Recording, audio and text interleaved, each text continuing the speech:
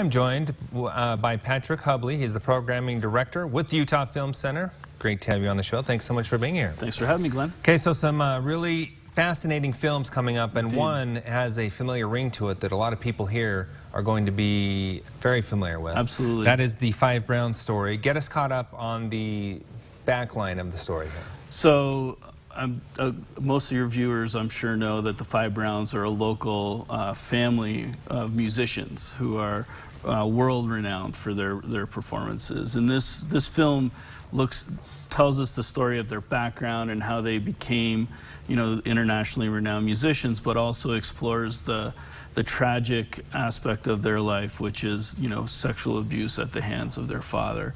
So it really explores that topic and its impact on the Browns, the children themselves, and how they've worked through that pain, that suffering, and where they're going today. Yeah, we see some video and shots of their father who went through the court process. What do we learn about how they handled the situation before it became public? I mean, not to give too much away, but there wasn't a lot of communication between the sisters, and I think that it really was something that they discovered as they got older and started talking about what it was like growing up in their lives as kids. And the story really delves into their discovery of what happened to each other.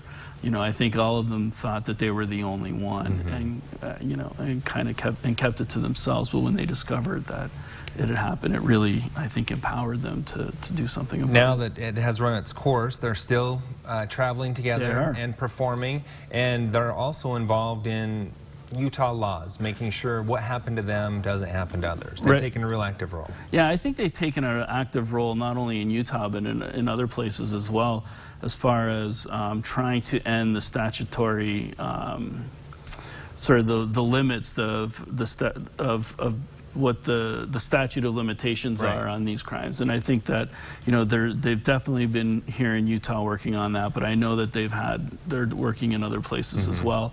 And then, and they're touring and performing. They're performing here in Davis County on the weekend. So that's why we're able to show the film with them in attendance. So that's happening this weekend? The performance, yeah. Okay. And then real quick, I'm almost out of time, but Thank You for the Rain is another film that you're going to be looking at. Yeah, so Thank You for the Rain is this fascinating film about Kenyan farmers who are dealing with extreme weather crisis, from extreme monsoon-like rain to extreme drought. And this one farmer tries to rally his village to plant trees and help save their community. And he rises up.